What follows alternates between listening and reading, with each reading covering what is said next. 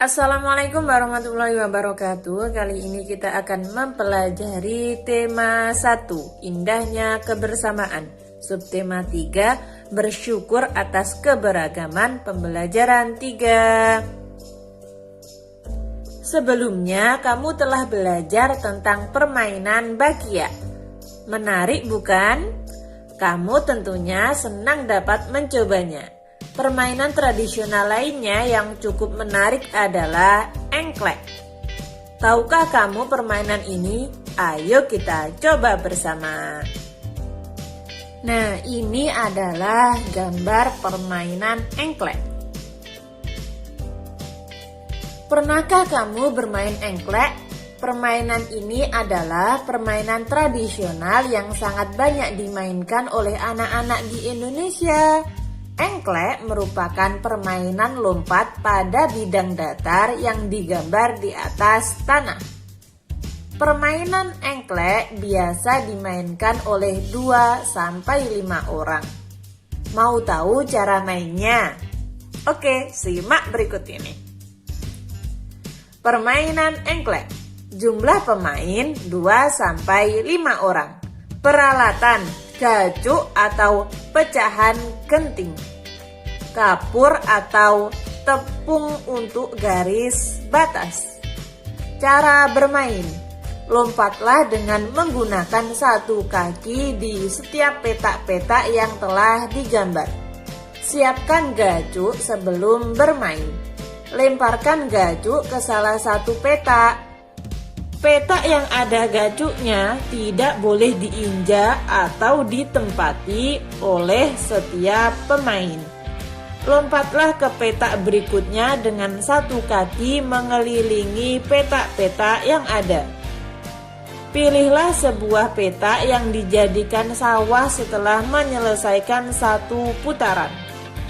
Petak itu boleh diinjak dengan dua kaki. Pemain lainnya tidak boleh menginjak petak itu selama permainan. Dan yang terakhir, pemain yang memiliki sawah yang paling banyak adalah pemenangnya. Permainan engklek memerlukan keterampilan lokomotor, yaitu kemampuan untuk melakukan gerak anggota tubuh sehingga seluruh tubuh berpindah tempat. Keterampilan lokomotor sangat penting untuk mengukur kemampuan motorikmu. Beberapa keterampilan lokomotor dasar yang perlu kamu kuasai. Yang pertama berjalan, yang kedua berlari, dan yang terakhir melompat. Selain permainan engklek, bangsa Indonesia juga mempunyai banyak permainan yang diwariskan secara turun-temurun. Mari kita cari tahu lebih lanjut tentang budaya Fahumbo, batu atau lompat batu yang biasa dilakukan oleh masyarakat Nias. Fahumbo batu, silahkan kalian baca.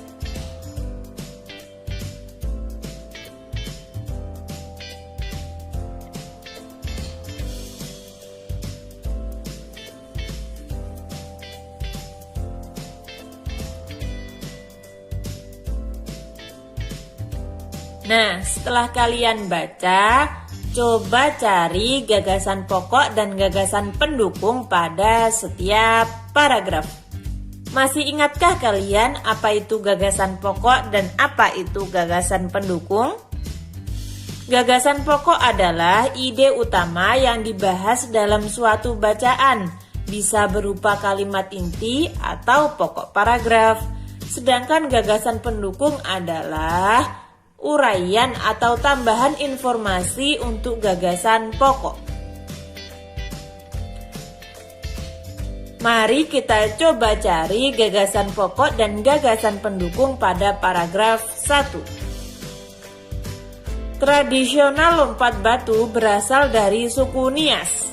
Suku Nias berasal dari Pulau Nias yang terletak di sebelah barat Pulau Sumatera.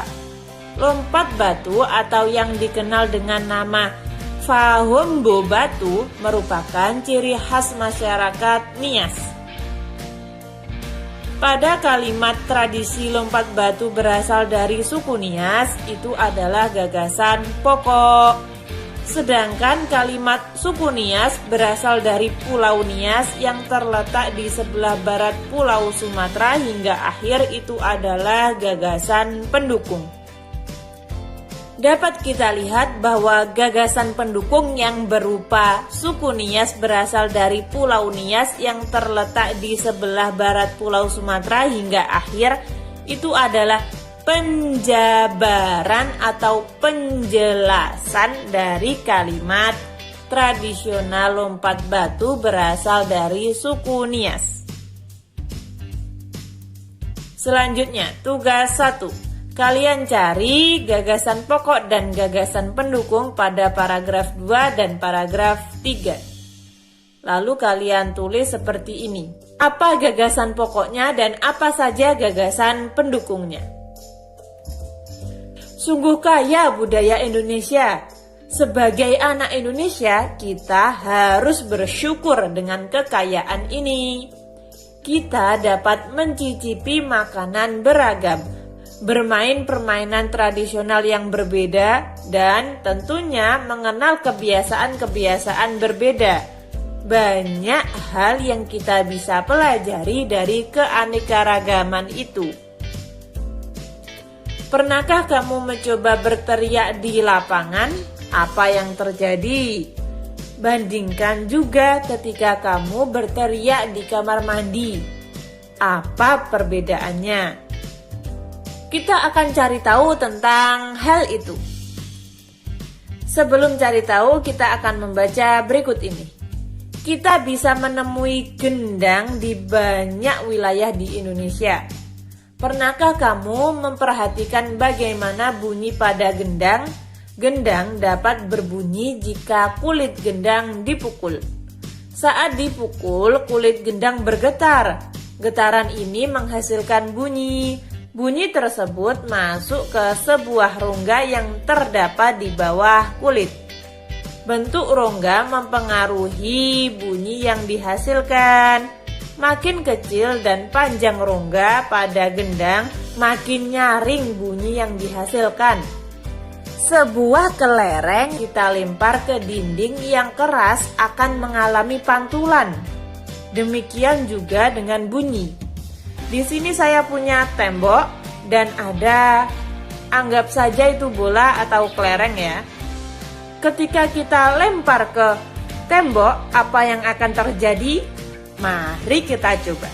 Bolanya kita lempar, ya, dan ternyata memantul. Bunyi juga dapat memantul jika dalam perambatannya dihalangi oleh benda yang permukaannya keras, seperti kayu, kaca, dinding, dan besi. Macam-macam bunyi pantul.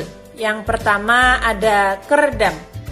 Gaung atau keredam terjadi karena bunyi dipantulkan oleh dinding yang jaraknya tidak jauh dari sumber bunyi. Hal itu menyebabkan datangnya bunyi pantul bersamaan bunyi asli yang belum selesai terucapkan.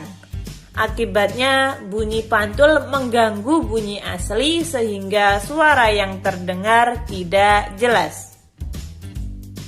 Sedangkan gema terjadi karena bunyi dipantulkan oleh dinding yang jaraknya jauh dari sumber bunyi.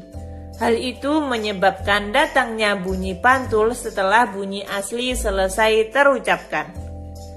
Jadi, bunyi pantul yang terdengar lengkap sesudah bunyi asli. Gema sering terjadi di gua-gua, lembah-lembah, dan bukit-bukit yang jaraknya jauh, serta permukaan yang keras dan rapat. Selain itu, gema juga dapat dipergunakan untuk mengukur kedalaman jurang atau gua. Perbedaan. Dari bacaan tadi dapat kita simpulkan perbedaan antara gaung dan gema. Gaung biasanya terjadi di ruangan yang sempit, sedangkan gema biasanya terjadi di ruangan yang luas. Gaung bunyi pantul yang terdengar bersamaan dengan bunyi aslinya. Sedangkan gema bunyi pantul yang terdengar beberapa saat setelah bunyi aslinya. Gimana, udah paham? Selain dapat dipantulkan, bunyi juga dapat diserap. Benda-benda yang dapat menyerap bunyi adalah benda yang permukaannya lunak. Benda yang demikian disebut peredam bunyi. Misalnya karpet, goni, kertas, kain, busa, dan wol. Benda-benda tersebut dapat digunakan untuk mencegah terjadinya gaung atau kerdam. Dinding dan langit-langit gedung pertemuan, studio rekaman, dan gedung bioskop dilapisi dengan bahan-bahan tersebut supaya tidak terjadi gaung atau kerdam. Kesimpulan, tadi kita sudah belajar apa saja? Yang pertama, memahami variasi gerak dasar lokomotor dalam permainan tradisional. Yang kedua, mencermati keterhubungan antar gagasan yang didapat dari teks lisan, tulisan, atau visual. Yang terakhir, menerapkan sifat-sifat bunyi dan keterkaitannya dengan indera pendengaran. Sekarang jawab pertanyaan berikut. Selamat mengerjakan. Sekian, terima kasih. Wassalamualaikum warahmatullahi wabarakatuh.